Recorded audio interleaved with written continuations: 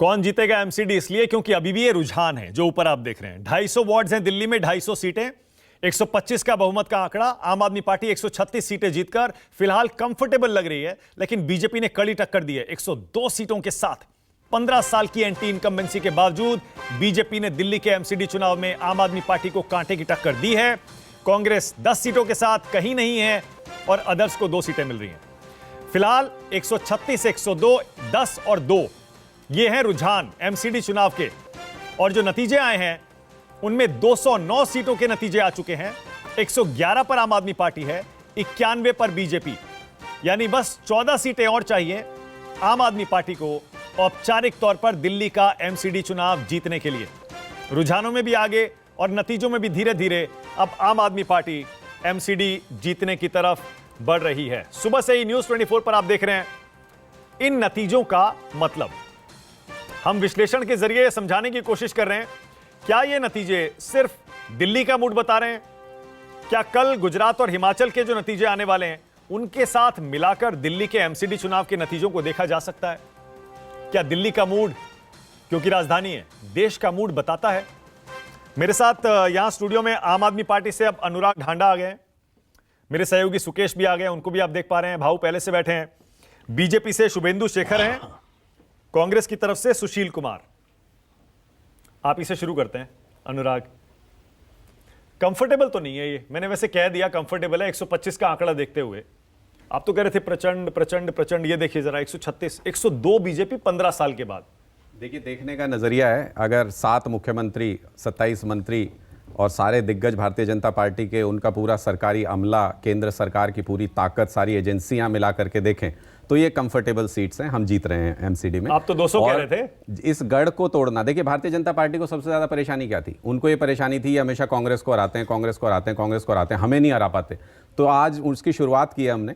आज भारतीय जनता पार्टी को ये बताया है कि इस तरीके से आपको हराया जा सकता है। अगली पटखनी इससे बड़ी होगी, उससे अगली उससे भी बड़ी होगी। ये तो एमसीडी का चुनाव है, हाफ स्टेट की म्युनिसिपैलिटी। देखिए, एक के बाद एक स्टेट गिनी है। ये दिल्ली को भी यही कहते हैं कि हाफ स्टेट का सीएम है। उस हाफ स्टेट के सीएम ने पूरे देश का दिल जीतना शुरू कर दिया है। देश कैसे कह रहे हैं आप? मैं बताता हूं कैसे कह रहा हूं। मोदी जी को खतरा लगना शुरू हो गया है। मोदी जी के चेहरे पे लड़ रही थी यहां पर भारतीय जनता पार्टी। पोस्टरों में देखा ना आपने, सबसे बड़ा चेहरा किसका था? भारतीय जनता पार्टी में, बीजेपी का, मोदी जी का। दूसरी तरफ आम आदमी पार्टी लड़ रही थी अरविंद केजरीवाल जी के चेहरे पे।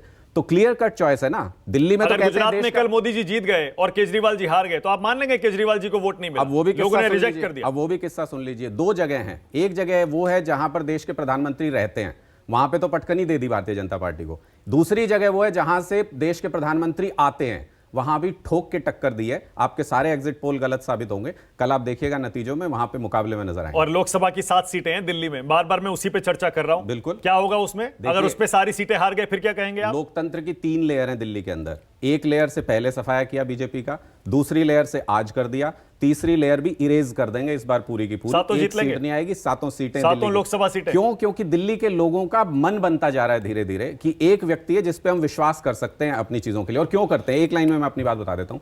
पूरा देश महंगाई से जूझ रहा है, पूरा देश। सिर्फ दिल्ली है जिसमें महंगाई को सबसे ज्यादा राहत है, महंगाई से लोगों को सिर्फ दिल्ली है। और पूरे सर्वे में आया कि पूरे देश में सबसे सस्ता जीवन यहां पे जी सकते हैं। नहीं, ऐसे मत बोलिए अनुराग। आप बताइए। दिल्ली की जो जनता महंगाई से, बेरोजगारी से त्रस्त है, उनके लिए ये मत कहिए कि दिल्ली की जनता को राहत है। माफ करिएगा, सर्वे करा के देख लीजिए, आपको पता लग जाएगा कितने लोग महंगाई से, बेरोजगारी से त्रस्त हैं और कितने नहीं है। राहत किसी को नहीं है। मैं कह रहा हूं देश के कंपैरिजन में देखिए ना, दूसरे राज्यों में क्या हाल कर रखा है। अच्छा, पंजाब से भी बेहतर है? मैं कह रहा हूं पंजाब में तो होना शुरू हुआ है। पंजाब के अंदर बिजली फ्री हुई तो राहत नहीं मिली क्या? हर घर में 2000 रुपए, 2500 रुपए बचते हैं, तो उससे राहत नहीं मिलती? अगर वहां के स्कूल की एजुकेशन अच्छी हो जाए, प्राइवेट स्कूल में 20,000 रुपए नहीं देने पड़ेंगे पेरेंट्स को, राहत। अगर आप हिमाचल में कुछ नहीं आपको मिला, गुजरात में आपको कुछ नहीं मिला और एमसीडी जीत गए, हम तो तीनों चुनावों को टोटलिटी में देखेंगे ना, तो क्या कहेंगे आप? टेक अवे क्या होगा? आपको क्या मिला इन 3 चुनाव? देखिए, बहुत सिंपल टेक अवे। हम तो बहुत छोटी सी पार्टी है, हम तो बिल्कुल छोटी सी पार्टी है और एक सबसे बड़ी पार्टी जो दुनिया की है उससे टकरा रहे हैं। तो यहां से शुरुआत हुई है। अभी जो हुआ है उस पर चर्चा करते हैं, कल जो रिजल्ट्स आएंगे उस पर भी चर्चा करेंगे। ओके, लेकिन 24 तो जल्दी है ना थोड़ा सा। अभी बार बार 24 आप कर रहे हैं। 24 में हम ही मोदी को हरा सकते हैं, कांग्रेस की जगह हम ही ले सकते हैं। आ गया 1.25 साल में चुनाव है। देखिए, मैं फिर वही कहता हूं कि 24 में हम ये नहीं कह रहे कि 24 में आम आदमी पार्टी पूर्ण बहुमत की सरकार बना रही है देश में, और 24 में हम कोई अपना दावा पेश कर रहे हैं किसी तरीके का। हम ये नहीं कह रहे। हम ये कह रहे हैं कि नैरेटिव क्या है। 2 चीज़ों पे राजनीति होती है, नैरेटिव पे और नेतृत्व पे। नैरेटिव क्या है पूरे देश के अंदर? हमारा नैरेटिव है कि हम भारत को विकसित देश बना सकते हैं, मूलभूत सुविधाएं सबका सबको वही दे है। करके। किसका है दूसरा? सब विकास की बात करते हैं, कौन कहां नहीं करता? विकास की कौन बात सी पार्टी करते नहीं हैं? कर रही? कांग्रेस बताइए। से पूछिए ना, कहां विकास की बात करते हैं? 3 नेशनल पार्टी होंगी कल के चुनाव के बाद। यहां पे 3 नेशनल पार्टियों के बीच में मुकाबला होगा नैरेटिव को लेके, कांग्रेस, बीजेपी और आम वो आदमी निकले हैं भारत जोड़ो यात्रा लेकर, वो भी तो आम आदमी की, गरीब आदमी रास्ते की में ही बात कर छूट रहे गए हैं। ना, जो एक एक स्टेट आगे बढ़ते हैं और टूटती जाती है कांग्रेस। भारत जोड़ रहे हैं और कांग्रेस टूट रही है। तो मुझे लगता है कि वो इस नैरेटिव में कहीं फिट नहीं बैठते। दूसरा नेतृत्व है, आप नेतृत्व देख लीजिए, नेतृत्व कुशलता किसके अंदर है? मोदी जी मतलब को राहुल अगर गांधी में नेतृत्व कुशलता नहीं है? वो तो आप मुझसे ज्यादा बताएंगे। आप इन्हें अभी कंपेयर किया, मैंने नहीं किया। आप रोज खबरें चलाते हैं, वो तो आप मुझसे ज्यादा बताएंगे। अगर दिल्ली में उनके अध्यक्ष का वोट ही गायब है वोटर लिस्ट से, तो उनका कार्यकर्ता क्या कर रहा था? मैं ये सवाल और अगर पूछ रहा हूं। गुजरात में उन्होंने आपको पछाड़ दिया तो उनको तो 50-60 सीटें एग्जिट पोल में मिल रही हैं। देखिए, आपको क्या मिल रहा है वहां पर? देखिए, 5-7 सीट। पिछले एग्जिट पोल में ना, हाँ, तो एग्जिट और पोल, अगर यही नतीजे आ गए तो आएंगे तब बात करेंगे ना उसके बारे में। मैं ये कह रहा हूं कि एग्जिट पोल पे गुजरात में एग्जिट पोल से बहुत अलग नतीजे आएंगे।